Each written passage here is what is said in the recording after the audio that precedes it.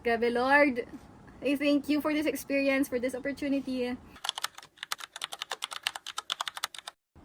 Guys, good morning. It's the day after board, so I can finally cross this out.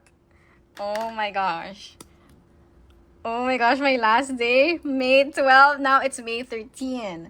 All I can say is, I don't want to do it again. Ang hirap niya. Sobrang nakakapagod. Grabe. Inisip ko na lang yung iba na nire-retake to. Grabe. Sobrang respect. Because like, nakakatakot na wala pang results. It's gonna be on May 20 pa. Ito guys, sinulat ko yung mga subjects namin from day 1 to 5.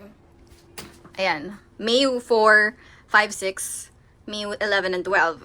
Ang dami no, 5 days yung boards namin, yung dentistry licensure exam. So sa day 1, ito, mabigat to lahat. As in, siguro 1 month mo to dapat inaaral, yung day 1 lang. Day 2, puro dent na.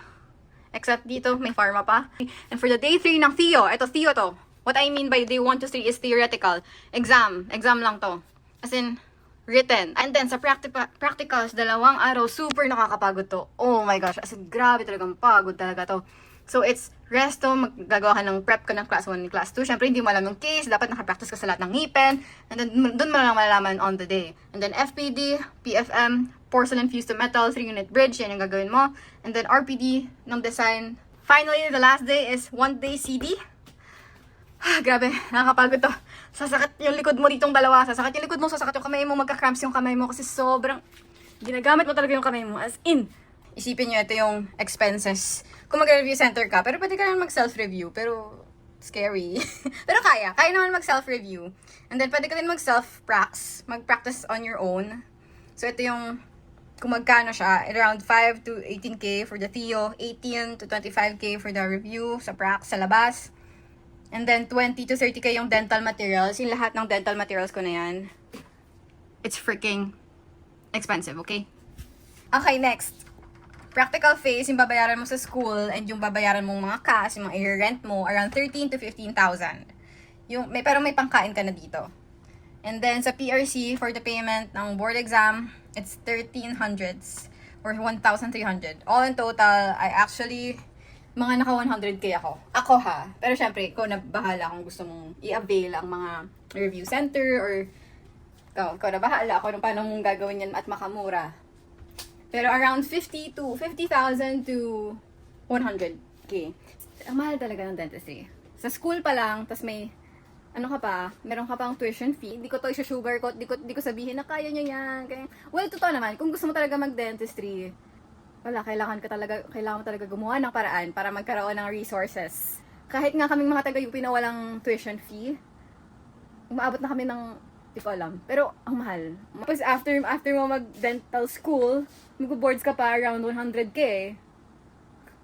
Okay, tapos, ang experience ko naman kahapon, yung sa CD, sa complete denture. Ako kasi, hindi naman ako mabilis, inaamin ko.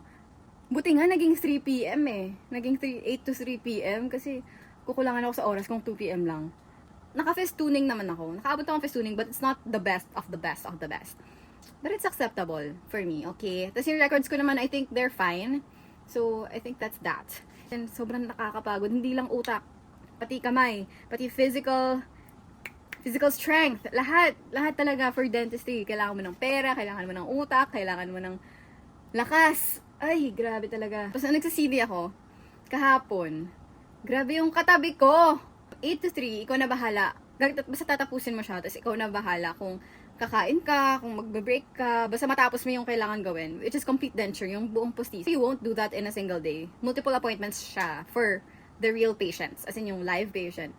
Yung katabi ko, 10 a.m. pa lang, nagla-lunch na siya, tapos 1 p.m., pinasa niya na yung CD niya.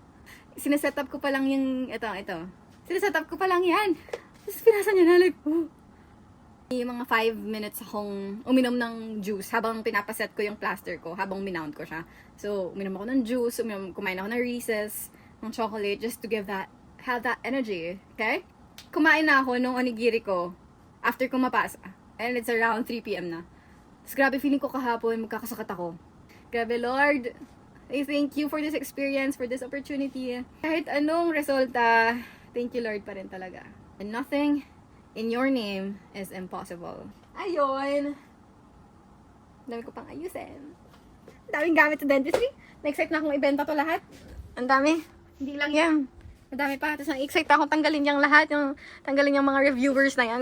Results na lang guys. It's on May 20. It's an end of an era. It's an end of an era. Isipin mo, 6 years kang nagda-dentistry and now finally makakapagpahinga ka na. Oh my gosh. Let's go, let's go, let's go. I pray to God